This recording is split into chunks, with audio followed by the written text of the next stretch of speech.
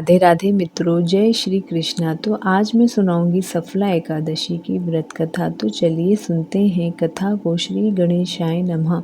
एक बार युधिष्ठिर ने भगवान श्री कृष्ण से पूछा, प्रभु, पौष मास के कृष्ण पक्ष में को जो एकादशी होती है उसका क्या नाम है और उसमें किस देवता की पूजा की जाती है और पूजा की क्या विधि है। तब भगवान श्री कृष्ण ने कहा, पौष मास के कृष्ण पक्ष को जो एकादशी होती है उससे सफला एकादशी कहते हैं।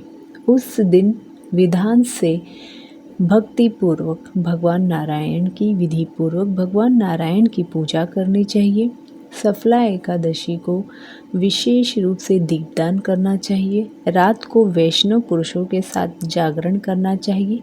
जागरण करने से एकादशी का पूर्ण फल मिलता है। चंपावती नाम के राज्य में राजा माहिष्मत रहता था। राजा माहिष्मत के 5 पुत्र थे। उसके सभी बेटे अच्छे थे, लेकिन सबसे बड़ा पापी था। राजा के पैसों को वह पाप कर्मों में खर्च करता था। वह दूसरों को धोखा देता तथा वह सदा दुराचार और ब्राह्मणों को सताता था और उनकी निंदा करता था। वैष्णवों और देवताओं की भी हमेशा निंदा करता था। अपने बेटे का पाप देखते हुए राजा माहिष्मत ने उसका नाम लुम्भक रख दिया। फिर पिता और भाइयों ने उससे पीछा छुड़ाने के लिए उसे राज्य से निकाल दिया। लुम्भक उस राज्य से निकलकर वन में चला गया। वहीं रहकर उस पापी ने लूटपाट करना शुरू कर दिया। वह चोरी करके एक दिन जा रहा था तो राजा के सिपाहियों ने उसे पकड़ लिया। उसने अपने को राजा माहिष्मत का पुत्र बतलाया तो सिपाहियों ने उसे छोड़ दिया, लेकिन उसको राज्य के अंदर जाने नहीं दिया। वह पापी वन में रहने लगा और मांस तथा वृक्षों के फल खाकर ही जी रहा था। एक दिन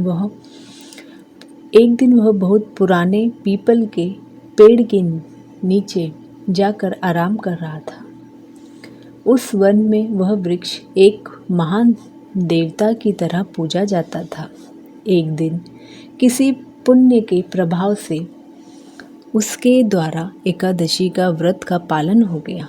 पौष मास के कृष्ण पक्ष की दशमी के दिन लुम्भक ने वृक्षों के फल खाए और रात भर सर्दी का कष्ट भोगा।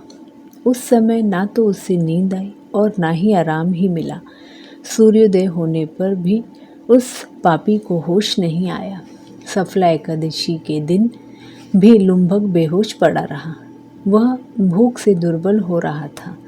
तब उसने वृक्ष की जड़ में बहुत से फल निवेदन किया कि इन फलों से लक्ष्मीपति भगवान विष्णु संतुष्ट हों। इस प्रकार उससे अनजाने में ही एकादशी का व्रत कर लिया और उस समय आकाशवाणी हुई कि एकादशी के प्रसाद से राज्य और पुत्र को प्राप्त करोगे। तब से वह भगवान विष्णु के भजन में लग गया। उस समय भगवान श्री कृष्ण की कृपा से उसे एक पुत्र हुआ। उसका नाम मनोज्ञन रखा गया। इस प्रकार जो सफला एकादशी का व्रत करता है वह इस लोक में सुख भोग के अंत में मोक्ष को प्राप्त करता है। राधे राधे। जय श्री कृष्ण।